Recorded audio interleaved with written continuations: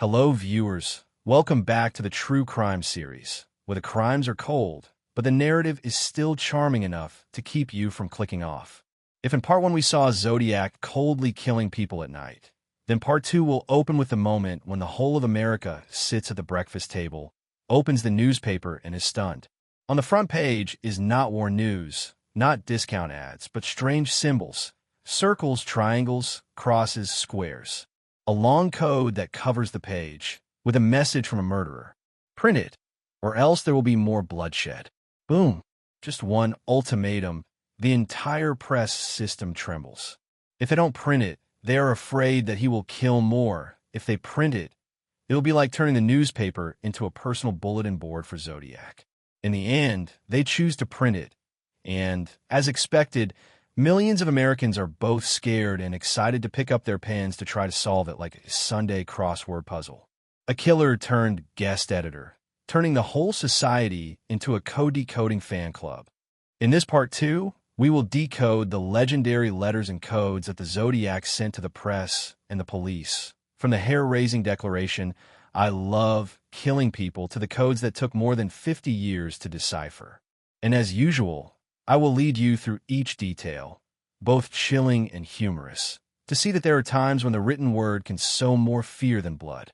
In August 1969, when the California summer was blazing with outdoor concerts and the hippie movement was still resounding, the 3 largest newspapers in the San Francisco Bay Area received a surprise gift in the mail. Instead of a lawsuit or a letter from a reader, the editor opened the envelope and was stunned. Inside was a typewritten letter, an arrogant declaration accompanied by mysterious symbols: circles, triangles, crosses, squares. The whole page looked like some strange alien math problem. The sender had nothing to hide.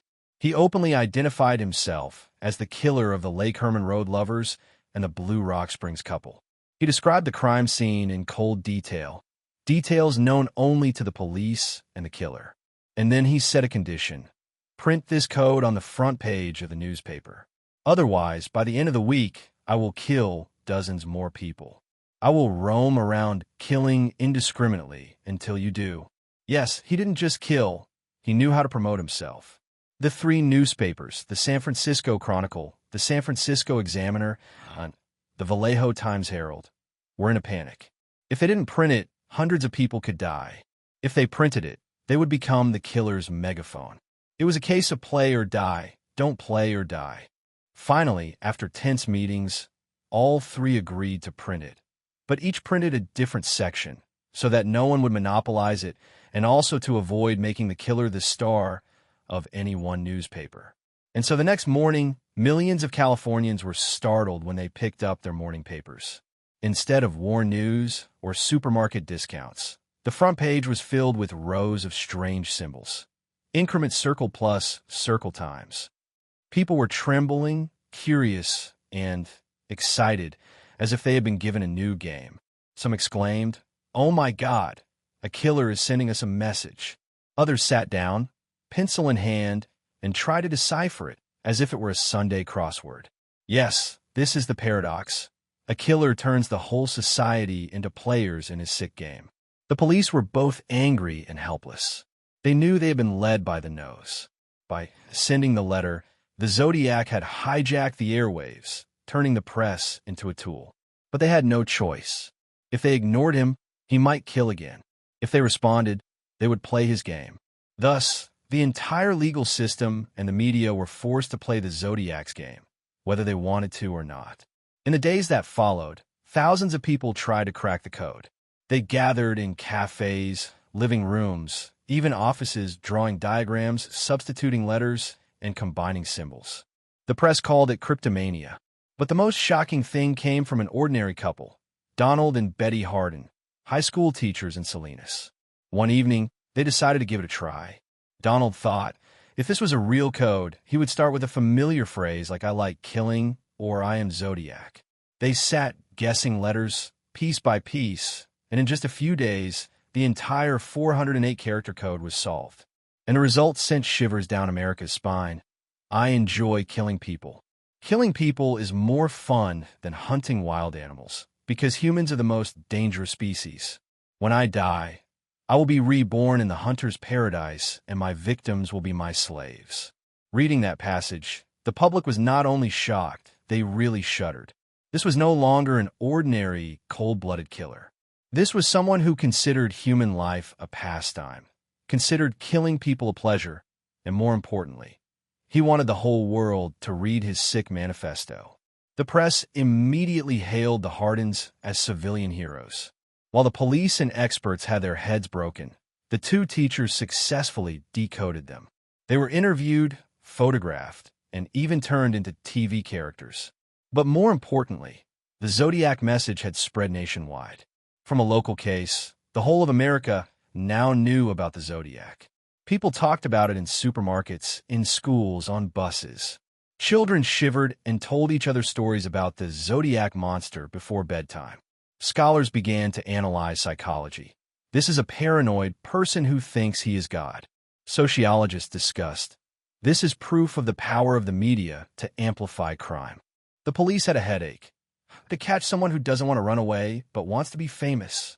And so, from here on, the Zodiac was not just a murderer. He was a cultural phenomenon. That was the scariest thing. If he had just killed and kept quiet, he might have been forgotten like many others. But by writing letters and sending codes, he turned crime into a game, turned journalism into a stage, turned society into an audience. And that is the tragedy. The whole of America unwittingly participated in the sick drama of a murderer. We see clearly. The letters are not just evidence, they are weapons. They sow fear, but at the same time, they captivate the public. And that is the terrible power of Zodiac. After the words, "I like to kill people," were decoded, the people of California had not yet recovered when the next letter arrived.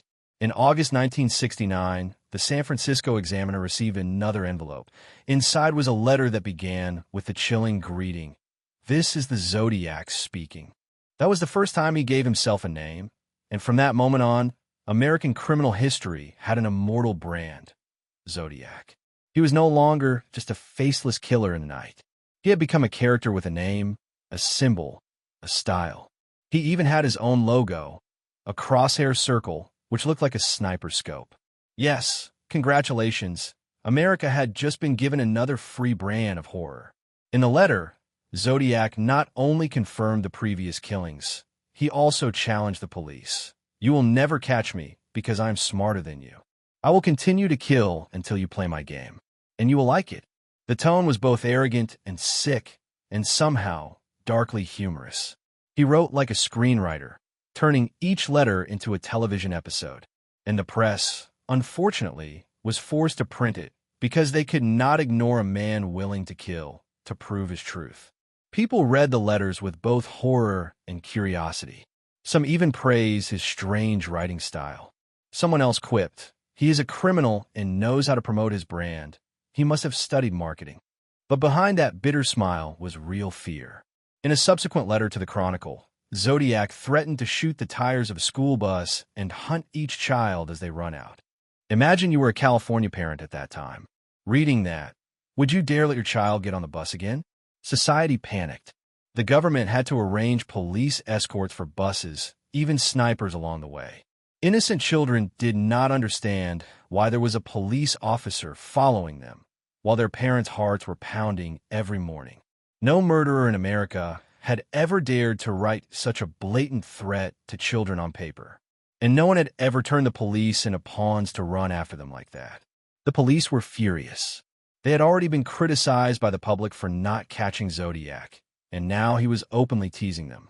He wrote, "You almost caught me, but you let me pass. I laughed so hard at your carelessness." The letter also included a piece of Paul Stein's bloody shirt, the murdered taxi driver, to prove that he was the culprit. It was a slap in the face for the investigation agency, evidence sent by the perpetrator himself. And public opinion, of course, was blown up. The press was full of headlines. On TV, the MCs put on serious faces. "We are facing a killer who is not only good at guns, but also good at communication." People were both shaken and drawn in. They began to wait for the next letter like waiting for a new episode of a Netflix series. Except this was real Netflix, without the pause button. Some psychologists analyzed that Zodiac did not kill just to satisfy himself, but also to nurture attention. He lived on public fear. He wrote letters to hear people's hearts beat faster, and that made him more dangerous than any murderer. Once, he sent a diagram, along with a threat to make a mass-killing bomb. He drew a detailed sketch of a homemade bomb, including the chemical formula, as if he were sending homework to a chemistry student. It took the police weeks to analyze and verify. Society was gossiping. Did he really make a bomb, or was he just threatening? But just asking that question was a victory for Zodiac. He had successfully sown fear. During this time, Zodiac began playing the counting victims game. He signed each letter with a cross symbol. Next to it was a number, the number of people he claimed to have killed. The police could not confirm all of them, but each number made people shudder. Does he have more victims yet to be discovered? From a murderer with a few confirmed cases, Zodiac turned himself into a blood legend with dozens of potential victims. And the public, once again, was led by the nose. People began to regard Zodiac as a monster in horror stories. Someone joked, Michael Myers in real life. But no one laughed for long because they knew he really existed out there. One thing was clear. Letters were not just a means of communication. They were weapons. Each line, each symbol, each crosshair symbol struck fear into the hearts of millions. And the most terrifying thing was that neither the police nor the media could stop the letters from circulating. In doing so, the Zodiac achieved his goal. He turned crime into a national story, turned the written word into a tool of terror, and immortalized his name. When Zodiac gave himself the name and symbol of the cross, America entered a new phase, a period when fear came not only from the blood on the scene, but from the words on the page. Every time the press published a letter, society was abuzz, as if the killer were sitting in the living room with everyone. He did not write just to brag. He also sent out codes that no one could easily decipher. After 408 codes were broken by the teachers Donald and Betty Harden, Zodiac did not lose heart. He continued to send new codes that were more complex, longer, and more bizarre. And this time, they did not succumb to the common wisdom of ordinary people. Instead of a straightforward declaration of, I love to kill, he created a real maze. The repeating symbols, the patterns that did not follow the rules of common language, made even military cryptographers scratch their heads. One of them was a 340-character code, later called Z340, sent to the San Francisco Chronicle in November 1969. When it was printed, Californians were both shaking and laughing bitterly. Is this Sudoku blood? Thousands of people rushed to solve it. Code-breaking clubs sprang up like mushrooms. From family living rooms to university lecture halls, people tried to replace letters and combine words. Some people spent months only to get a meaningless string. Some believed that this was an unbreakable magical code, just to prove that Zodiac was smarter than everyone else. And so, each symbol, each line of text became a collective obsession. The irony is that it was not until 2020, more than 50 years later, that an international team of experts announced that they had solved the Z340 code. But in the late 1960s, it was still a cold block of ice blocking the path to justice. The police turned it over and over, but could not find any clues. The more the newspapers published, the more they hyped Zodiac as an evil genius. The people could not help but talk about him. Zodiac was an absolute success. He turned the whole country into an audience, and the audience could not take their eyes off him. In addition to the code, the letters also exposed naked mockery. Zodiac laughed at the police. You almost caught me, but you never succeeded. He sent bomb plans, promising to blow up buses, forcing the authorities to deploy guards throughout the city. He wrote about the increasing number of victims, although no one could confirm it. He turned the killing into a counting game, like a scoreboard in a sick video game. And the public, despite their fear, read every word, waited for each new letter. In bars, people discussed when Zodiac would release a new episode. On the radio, late-night programs read aloud his letters. Some people shuddered at the thought, others found it thrilling like listening to a ghost story. And that is the tragedy of society. Crime becomes entertainment. The killer becomes a real-life, fictional character. The more confused the police, the more famous Zodiac became. Every time they held a press conference, Zodiac got free publicity. At times, he even wrote letters demanding that his words be published verbatim, with a cross symbol, as if forcing the press to act as his personal television channel. And terrifyingly, they had to obey, because otherwise, who knows who else he would kill. Meanwhile, the victims' families suffered silently. Sharon, Cecilia Shepard's mother, once said through tears, "The whole world reads his letters, deciphers his codes, talks about him. But few remember that my daughter died in pain. She was not a symbol, she was a person." Those words exposed the bitter paradox. The public was fascinated by the game, but forgot the real tragedy. Gradually, Zodiac became part of popular culture. People print t-shirts with the cross symbol, paint graffiti on walls. Children tell stories like they tell stories of monsters in the night. He doesn't just exist in letters and codes. He permeates social life. And when a murderer becomes a cultural icon, it is the greatest failure of justice. The truth is clear. Zodiac doesn't just kill with knives and guns. He kills with words, with fear, with the power of the media. The unsolved letters and codes become open wounds of society, always painful, always curious, and always immortalizing Zodiac. And that is his ultimate. When the first letters were enough to keep America awake, Zodiac had no intention of stopping. In fact, he was encouraged by the attention the public gave him. Like an actor addicted to the stage, the more people watched, the more he acted. And his stage was the entire Bay Area, and the audience was millions of people trembling every morning when they opened the newspaper. After the 340-character code that no one could solve, he sent another series of letters, accompanied by statements typical of a content creator in the pre-YouTube era. "You have to post it on the front page, or I will..." Yes, if he lived in this era, he would have become a million-view drama YouTuber. But unfortunately, he chose the path of murder and used the press as a broadcasting channel. One of the shocking letters was when Zodiac declared that he would shoot at a school bus, shaking all of California. Imagine mothers packing lunch for their children, trembling, tying their shoelaces and saying, "Remember to look out the window today to see if anyone is watching." The police were forced to deploy guards, following the buses like in an action movie. The children were both excited and scared. Wow, there's a police escort like a VIP, but the parents were pale. And, of course, the press had more hot stories to make headlines. Zodiac knew that well. Every word he said was a spark thrown into the media gasoline tank. The more newspapers published it, the more famous he became. He sent diagrams of homemade bombs, drawn in detail like physics problems, then threatened to detonate them in public.